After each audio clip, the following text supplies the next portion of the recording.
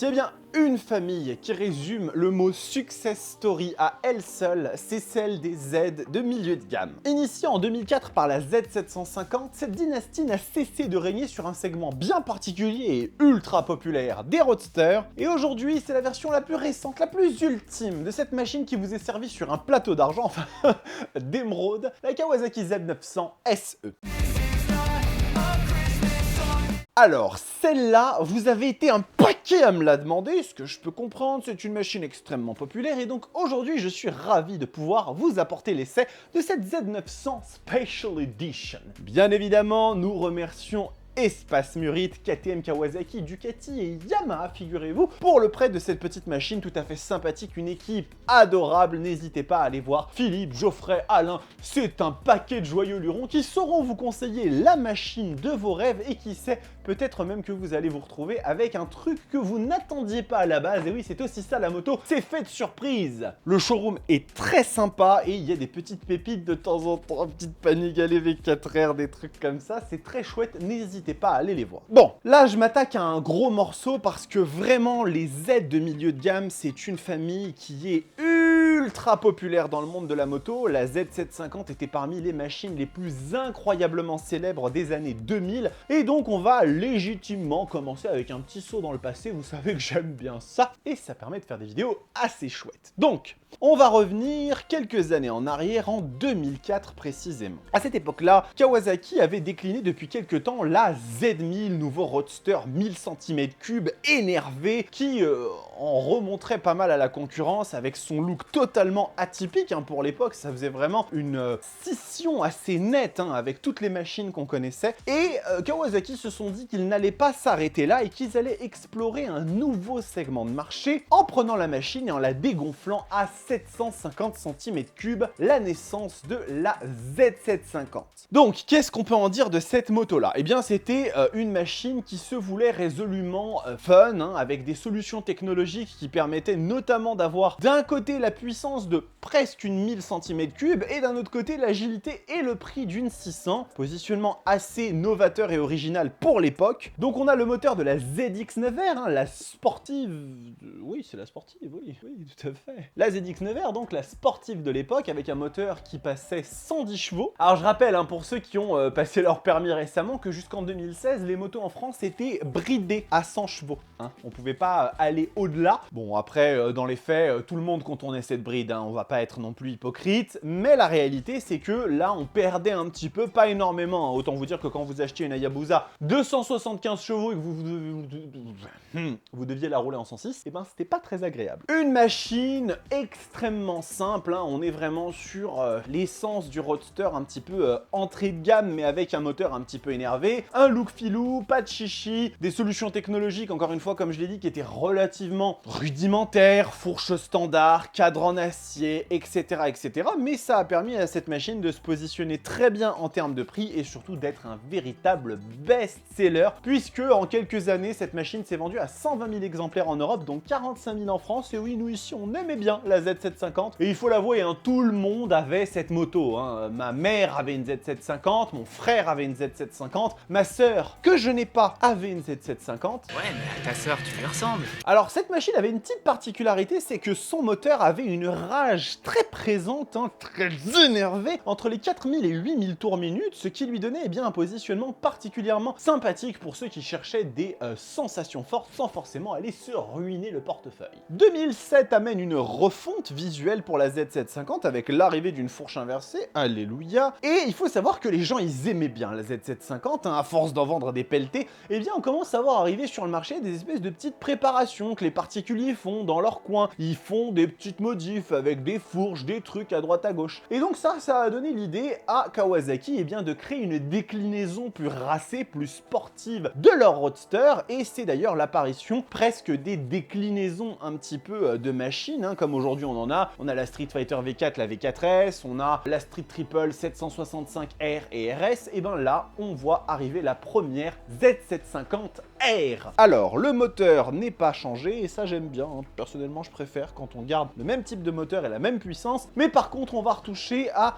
la suspension, le freinage et le châssis. Et donc, on va commencer par dégager ce vilain bras oscillant en acier pour ajouter un élément en aluminium, gage de plus de légèreté et surtout de plus d'agilité pour la machine. Un freinage à la hauteur puisqu'on passe sur de l'étrier radial, ça c'est très bien, et puis on finit par une petite suspension réglable en tous sens qui vont donner à cette machine de véritables lettres de noblesse et la faire rentrer dans un segment bien plus agile, bien plus sportif, bien plus racing, ça on aime bien. Bon, par contre, il faut être honnête, la concurrence commence à devenir très sérieuse à cette époque, la GSR 750 pour le côté nippon et la Street Triple pour les Européens qui commençaient à véritablement devenir déjà à l'époque une reine incontestée de ce segment, et donc il a fallu à Kawasaki se secouer un peu les puces pour faire une nouvelle version. Arrive la Z800. Alors là, clairement, le look devient de plus en plus assumé dans le côté manga, les lignes sont très acérées, agressives visuellement, tout est taillé à la serre, c'est pas mal franchement pour l'époque, ça se différenciait du reste de la production, mais cette machine n'est pas parfaite, loin de là. Ah non ma bonne dame. Des solutions techniques qui continuent à être datées, avec notamment le bras oscillant de la Z750 et pas de la R, un freinage standard et pas radial, une machine qui pesait 229 kg, soit 46 de plus que la Street Triple, c'est un frigo de différence. Je sais pas si vous avez déjà essayé de rouler avec un frigo sur vous, c'est lourd. Mais vous savez, moi je pense que les gens, il y a d'autres arguments qui leur parlent, hein, puisque la Z800 a été encore une fois un succès commercial incontestable, et de fait, eh bien, montre que Kawasaki savait à qui il s'adressait. Alors, il y a plein de déclinaisons de cette moto qui sont proposées au long des années, avec des versions performance qui intègrent notamment des petits échappements à Krapovic, des sauts-de-vent, des petites protections de réservoir, et même une version E pour, eh bien, le nouveau permis A2. Ça, c'est forcément extrêmement important, de proposer une machine un peu moins puissante, 95 chevaux, qui pourra donc être bridée et aller faire plaisir aux jeunes motards assoiffés de look un petit peu comme ça agressif. Alors moi je l'ai toujours dit, hein, un 4 cylindres en ligne qui va tirer sa puissance dans les tours, bridé à 47,5, c'est pas forcément le truc le plus marrant au monde, surtout sur une machine aussi lourde, mais que voulez-vous, Kawasaki l'a proposé et à mon avis ils ont bien fait parce que ça a été encore une fois un succès certain. Bon, mais la concurrence, on en dit quoi de la concurrence? Eh ben elle est là, elle menace, elle gronde. La MT-09 en 2014 met un véritable coup de pied dans la fourmilière avec son CP9 détonnant et ses 3 cylindres totalement explosifs. Et même la MT-07 finalement, hein, elle était aussi là pour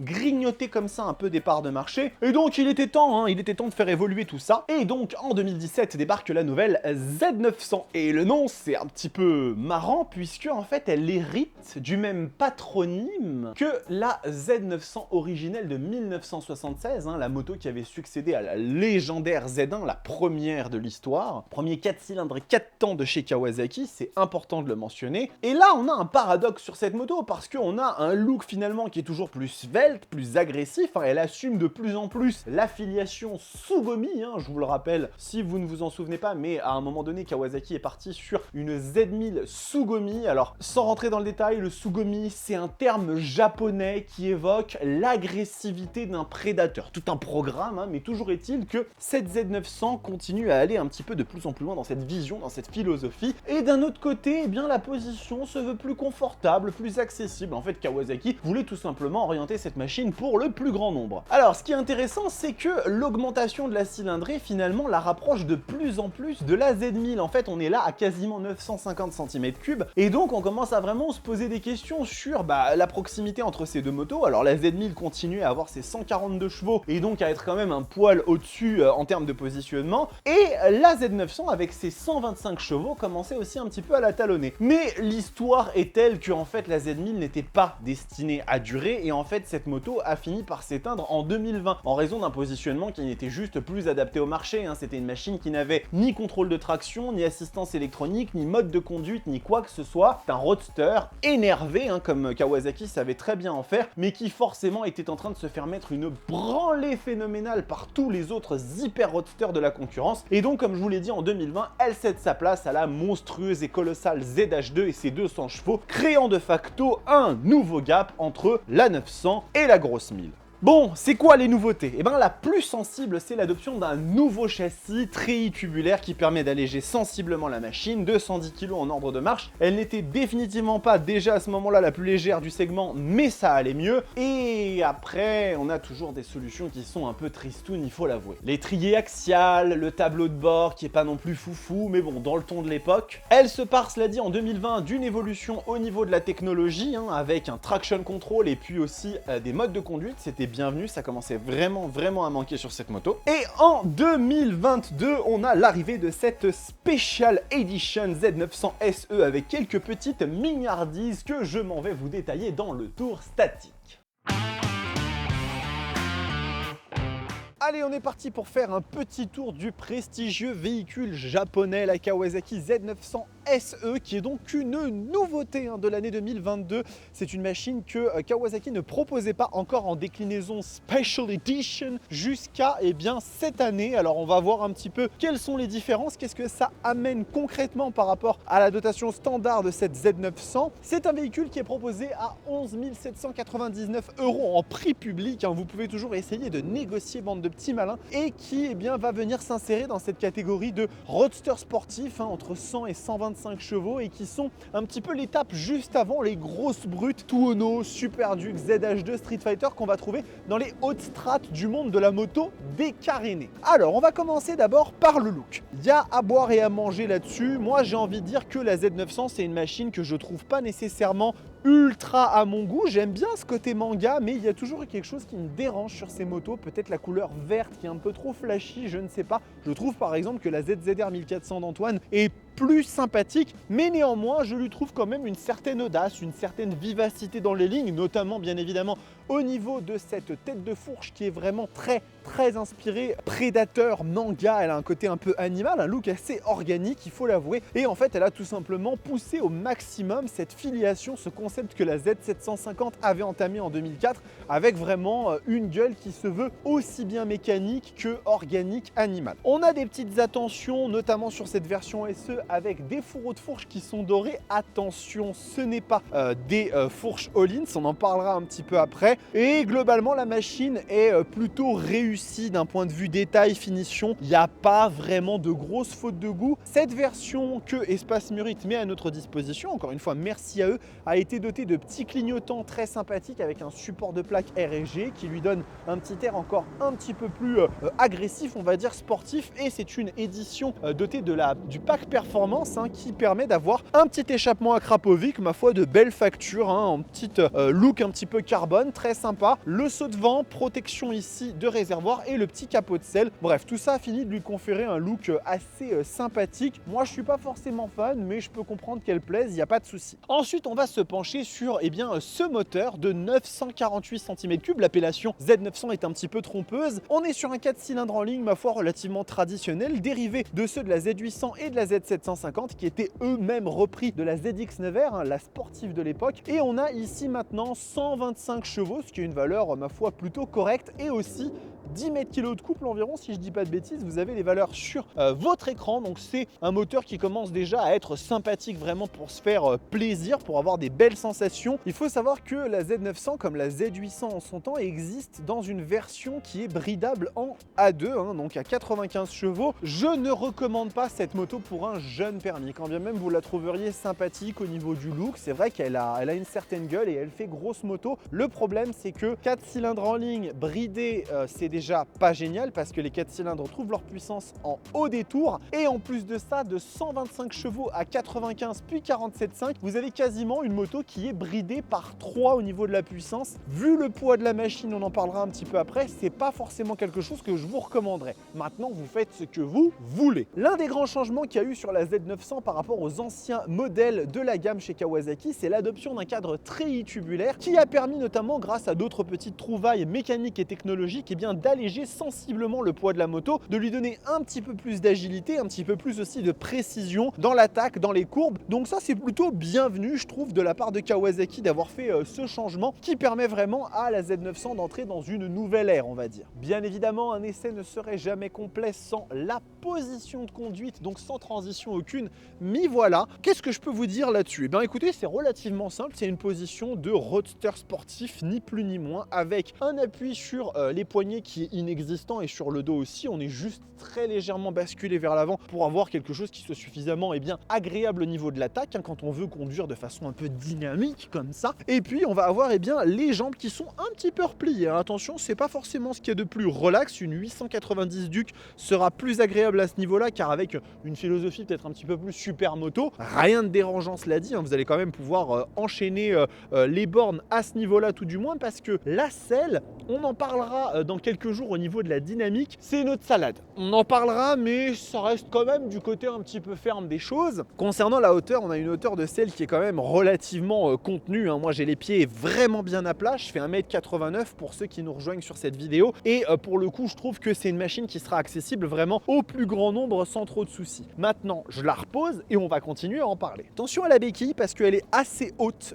ça peut surprendre au début, faites attention quand vous la posez. Donc la machine en termes de poids, si je consulte pas mes notes, je suis perdu, c'est bien ce que je pensais. 212 kg en ordre de marche, ce qui fait de la Z900 une des machines les plus lourdes du plateau, tout du moins au niveau des roadsters sportifs qui sont dans les 700-900 cm3, donc pas forcément à son avantage à ce niveau-là. Vous allez voir que malheureusement il y a d'autres petites choses qui ne sont pas nécessairement à l'avantage de cette moto. Bon, elle a quand même fait sa cure d'amaigrissement grâce au châssis tritubulaire et à d'autres petites modifications. Est-ce que ce sera suffisant ou pas pour lui donner un comportement vraiment dynamique? On le saura dans quelques jours dans la partie dynamique. Merci de suivre. Suspension, alors, je vais pas dire que c'est là que l'arnaque commence, mais quand même. Ici, on a une suspension inversée qui est réglable, qui a quand même quelques avantages, mais qui a été peint en doré. Et vous savez, une fourche peinte en doré, vous savez à quoi ça vous fait penser immédiatement? Öhlins, bien entendu, le constructeur suédois de suspension. Et ce n'est pas pour rien, parce qu'en fait, sur cette version SE, l'amortisseur arrière est un amortisseur Öhlins, lui, donc ça, c'est très chouette, c'est très bienvenu. Mais je trouve personnellement que le fait d'aller chercher une fourche dorée comme ça fait un petit peu too much, ça fait un petit peu, on essaye de faire croire que c'est du Öhlins alors que ça ne l'est pas. Et moi personnellement, je vous le dis comme je l'entends, j'aurais aimé que ces fourreaux là, ils soient verts, un peu comme le reste des éléments qu'on a ici sur cette Z900. D'ailleurs, il y en a une qui a une couleur qui est vraiment spécifique, je vais vous la montrer, et le treillis tubulaire est lui-même vert, ça aurait été super stylé. Bref, c'est juste un détail, sachant quand même que cette fourche est meilleure que la fourche d'origine de la Z900, qui n'est pas un mal parce que c'est vraiment quelque chose qui lui fait du bien. Et la deuxième grosse modification qu'on va avoir, ça va être au niveau du freinage. La Z900 SE hérite d'éléments radio de chez Brembo, du freinage M4.32, ce qui est extrêmement bienvenu puisque c'est quelque chose qui est traditionnel sur les Z mid-size chez Kawasaki. Ça a toujours été des étriers axiaux sur ces machines-là, ce qui est à mon sens assez indigne. Dès la Z800, c'était quelque chose qui était juste pas tolérable. On est dans un monde aujourd'hui où les étriers radio sont légion. Là, ici, ils ont décidé d'aller chercher du freinage assez sympa puisque c'est celui qui équipait d'origine la ZH2, pas la SE qui elle a du Stylema, mais la ZH2 de base avait du M4.32. Pour moi, c'est pas forcément le mieux qu'on pourrait avoir parce que clairement, j'aurais préféré avoir du M50 ou du Stylema, surtout au niveau de prix de cette machine. Je vous le rappelle, 11 800 €, mais on est quand même déjà sur des éléments un peu plus nobles, un petit peu plus premium, qui freineront la machine sans doute un peu mieux. On le saura dans quelques jours. Comment ça s'appelle ce truc? Durit Aviation là-dessus, donc ça c'est une très bonne chose aussi. Il y a très peu de constructeurs japonais qui mettent encore aujourd'hui de la Durit Avia sur leur machine. C'est vraiment dommage parce que ça coûte pas si cher que ça et ça permet vraiment d'avoir non seulement un côté plus premium, je trouve que cette couleur un petit peu argentée, ça donne tout de suite à la machine, on reconnaît que c'est de la Durit Aviation et on se dit c'est bien. Et en plus de ça, ça rajoute de l'endurance, du feeling au niveau du freinage, donc ça c'est vraiment très bien. Maintenant, on va parler des points qui fâchent un petit peu. La technologie. Donc on va commencer par le tableau de bord. Elle a abandonné depuis un certain temps maintenant l'écran LCD pour se concentrer sur un écran TFT qui est celui de la Ninja 650 et de la Z650. Donc c'est un petit écran mais qui ma foi est plutôt bien lisible. On a une belle instrumentation, une jauge à essence, on a vraiment tout ce dont on pourrait avoir besoin en termes de lisibilité. Je le remets pas en question. J'aurais aimé quelque chose d'un peu plus premium, d'un petit peu plus grand pour la différencier de ses petites sœurs, mais globalement si on l'a pas, je vais pas en mourir. Là où par contre je suis un petit peu plus embêté, c'est au niveau de la technologie pure, des assistances, puisque cette moto a 4 modes de conduite, ce qui est plutôt chouette,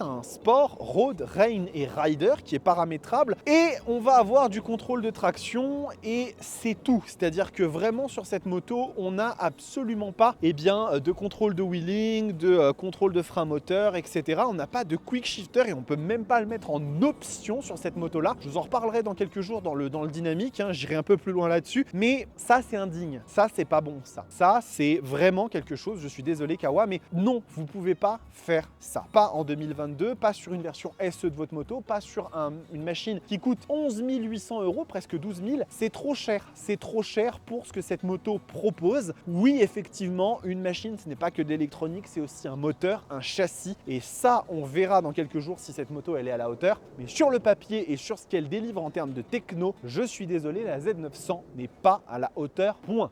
On va la démarrer pour voir un petit peu ce qu'elle a dans les cordes vocales. Alors attention, hein, c'est l'échappement à Krapovic, je préfère vous prévenir, ce n'est pas nécessairement la sonorité que vous aurez sur une version que vous achèterez sans ça. Elle est chaude, hein, je vais tourner la poignée, mais vous inquiétez pas, elle est chaude.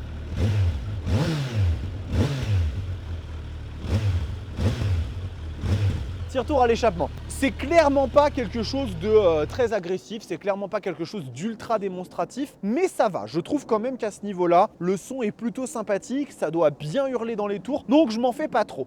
Maintenant qu'on a fini le tour statique, on retourne à l'intérieur du garage pour faire la concurrence, c'est parti.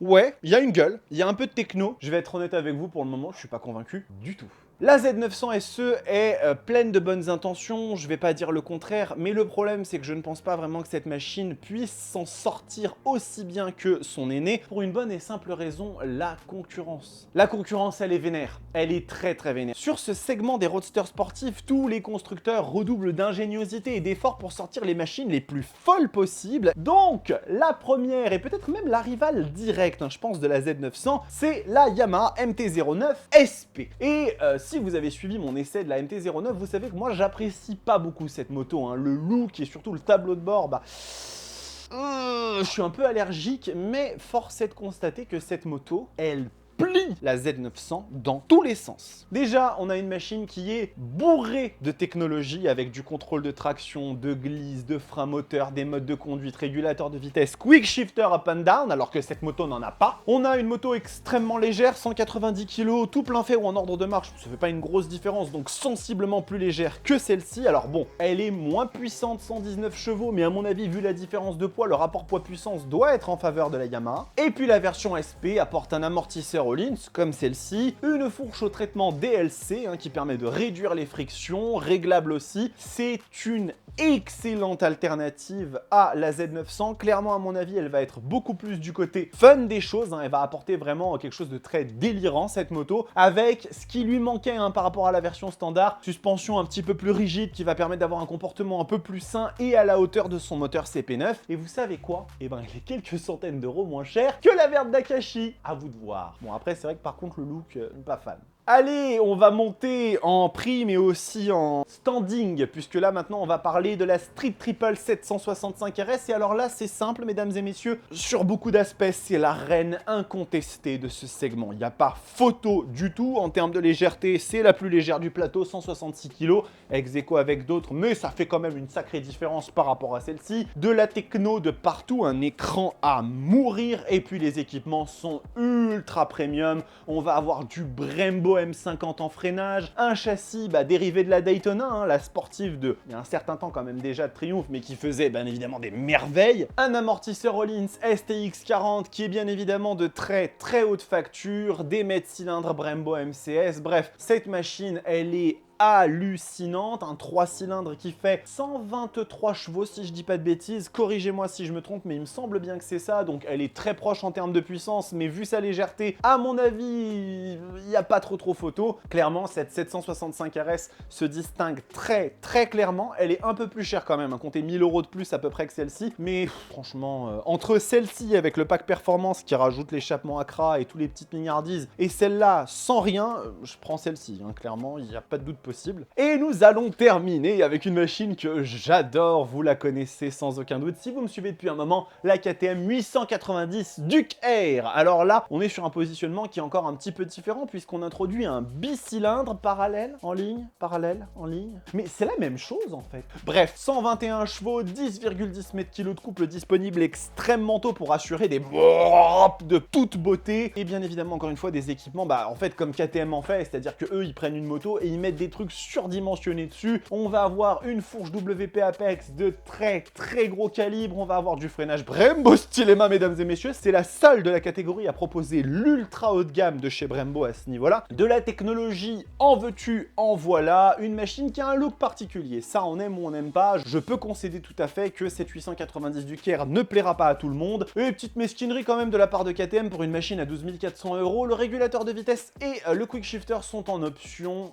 Bon, c'est pas foufou. Toujours est-il quand même que cette moto, elle est extraordinaire et que, encore une fois, si je devais choisir, il n'y aurait pas de grande photo. Alors voilà, je sais que le constat peut paraître un peu terne, un peu obscur, un petit peu comme ça avait été le cas avec la GSX S1000, mais force est de constater que cette Z900, eh bien, elle n'a pas énormément d'arguments face à la concurrence en fait, tout simplement. Alors, rassurez-vous, Kawasaki n'a pas besoin de moi pour vendre ça par paquet de 1000, je sais pas, il y a une appétence pour cette moto qui est dingue, puisque c'est une des motos les plus vendues en France, donc clairement, il y a une envie, c'est peut-être le look, c'est peut-être ce qu'elle véhicule, c'est peut-être le 4 cylindres en ligne qui fait, sensation et qui plaît aux gens. Voilà, toujours est-il qu'une fois qu'on a détaillé tous les arguments papier, il faut quand même aussi aller rouler avec la moto, parce que c'est aussi en faisant sa propre opinion sur l'expérience de conduite qu'on pourra en tirer un bilan complet. Donc ça, c'est pour dans 3 jours, comme vous le savez maintenant, c'est proche, on se retrouve assez fréquemment. Et voilà, et donnez-moi vos opinions dans les commentaires, vous savez que je suis toujours preneur de savoir qu'est-ce que vous en pensez. Est-ce que vous en possédez une et du coup, je dis que des conneries, n'hésitez pas à me le dire en commentaire, toujours de façon respectueuse. Par contre, on est toujours dans le respect de l'autre. Et voilà, en attendant, vous vous abonnez à la chaîne, c'est la moindre des choses si vous aimez le contenu, et puis comme ça vous permet de suivre l'actualité en mettant la cloche de notification sur toutes. N'oubliez pas, c'est super important. Et voilà. Salut!